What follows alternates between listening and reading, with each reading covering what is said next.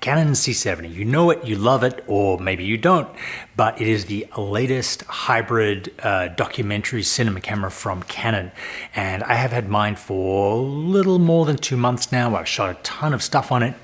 I've done some content for other channels, and so I thought I would do a detailed review for my own Crimson Engine channel about what I like about this camera, what I don't like about this camera, what I've been surprised about, and who I think ultimately this camera is for.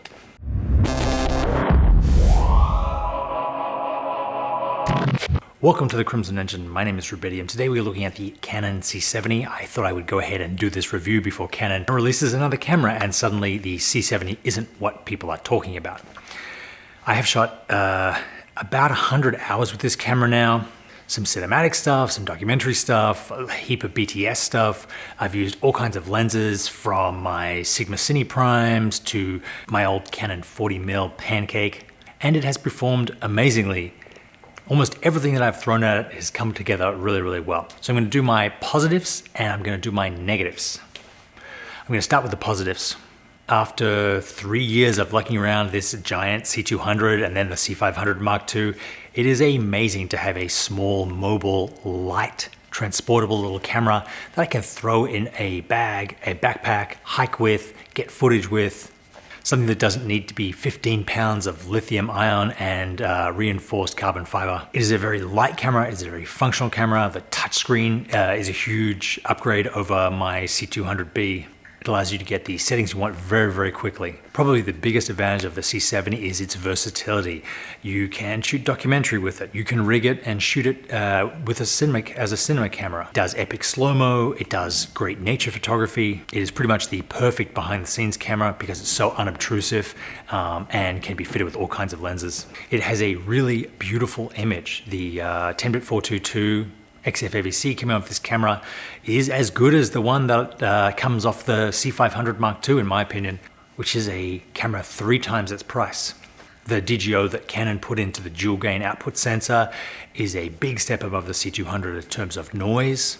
And the dynamic range on this thing has just destroyed everything that I've thrown at it. Bright skies, dark shadows. It just seems to fit them all into the very workable C-Log2. And unlike the C200, you can actually see what you're shooting in C-Log2 rather than having to guess down from C-Log3. It also has a ton of exposure tools like false color and loadable LUTs. I'm actually shooting with one right now. I've pretty much bypassed Resolve as my post-production pathway. I just shoot in the LUT that I usually grade with and go straight into Premiere. Powering this camera is almost not an issue. You have the BP60, it will run it pretty much all day, 8 hours plus. And with my 2 BP30s, I can really go away for a whole weekend with this thing knowing that I can get whatever I want. I was really surprised how easy it is to shoot from, let's say, 120p back to 23976, just with the touch of a button, without having to reset and reboot the camera like the C200 does. And it means if you're shooting documentary or shooting outdoors, you can get your regular speed shots and then your fast and slow motion shots really, really quickly without really slowing down your workflow. I don't want to sound cliche, but the arm mount is a little bit of a game changer. Being able to get a full frame field of view on your Super 35 sensor, but then also being able to put a Super 35 adapter on to EF and get that extra stop of lenses. What I mean by that is the camera already lets you crop in to go 1080p, crop in from a Super 35 down to a Super 16 and shoot at 1080p. And if you're doing nature photography, what you can do is just swap out your 0.7 adapter to just a normal straight through and then stop down to your Super 16 and basically turn a 50mm into a 100mm or 100mm into a 300mm. The digital image stabilization from the C300 Mark III also works really, really great. I really find myself missing it now when I shoot with the other cameras because it just takes out those judders and those heartbeats and those breaths from your footage and makes it just seem so much more smooth and professional. And if you're like me, not a particularly adept camera person, it really upgrades your footage. You can use it with a stabilization rig like a gimbal or a Steadicam in conjunction with it, and then it makes you a little bit more professional on those individual rigs if that's not your forte. most of the time you're just going to use it to get much more steady pans and zooms and just make your footage look that much better.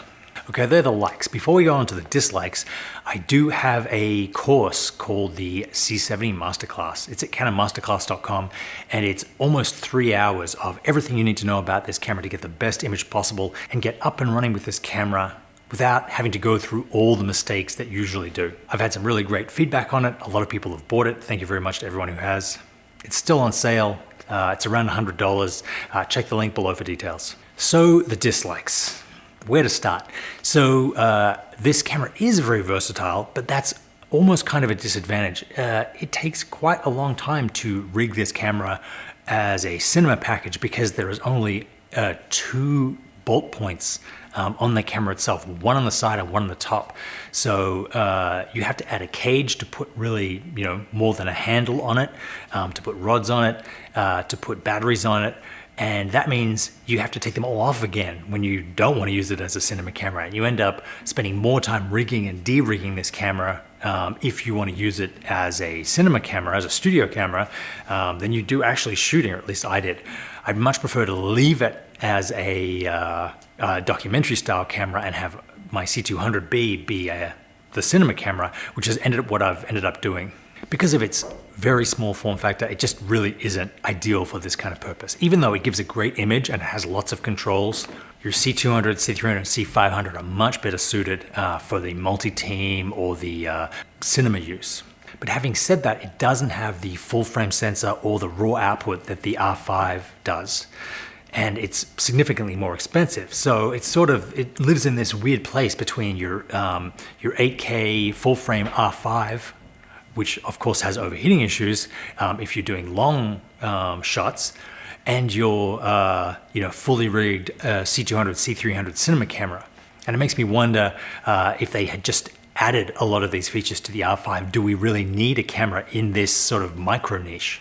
Which leads me to saying that I really wish they had put RAW in this camera. RAW seems a little bit excessive, but when I look at this, the footage that even the maximum bit depth XFAVC 422 shoots, it just still has a shade less detail and a little bit more compression than the Canon RAW Lite coming off the C200, to say nothing of the C500 Mark II. Is it good enough? Absolutely.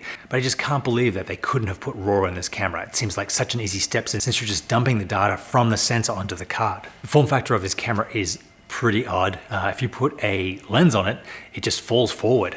You have to have a tripod plate attached to it at all times unless you want to ding the bottom of your lens. Now I know that they used that extra space for a heatsink and a fan and all these other things, but it seems pretty weird to have a camera that just doesn't even sit up by itself. A lot of people have mentioned the somewhat flimsy rotational screen on the C70, and I have to agree. I've been treating it very, very carefully because it seems very delicate, and just a couple of pounds of pressure would rip this thing right off, or at least loosen it to the point where it wouldn't stay in place anymore. I had really expected to hate the HDMI port because I've got so used to SDI over the years, but actually it's not that bad. The image that it gives is fine. Almost every monitor that I have that has SDI also has HDMI. And up to this point, I really haven't missed it that much. I've definitely used the timecode in, and it's great to know that the camera itself does keep timecode. So you can jam timecode with the Tentacle Sync box and then take that Tentacle Sync box and put it on another camera. And you won't really need to re-jam the C70 for at least a couple of hours. It will hold that timecode very faithfully through the period of the shoot.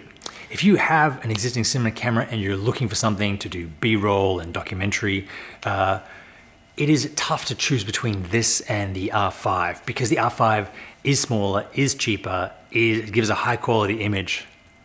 And if you're not shooting for long periods of time, like over 30 minutes, the R5 is more versatile because it does take really great stills. It will probably hold its value better than the C70. And just because it's not a Cine branded camera doesn't mean that you can't get great footage with it. I will be really interested to see the C50 and C90 that are rumored to come out from Canon this year, the high-level mini cam and the low-level mini cam, but we're just gonna have to wait for those. That, in a nutshell, is my experience with the C70, what I love about it, what I don't love about it, but it really has grown to become the main camera that I shoot this stuff on. It really has changed my workflow. Like I said, I'm able to shoot and grade in camera by loading those LUTs in.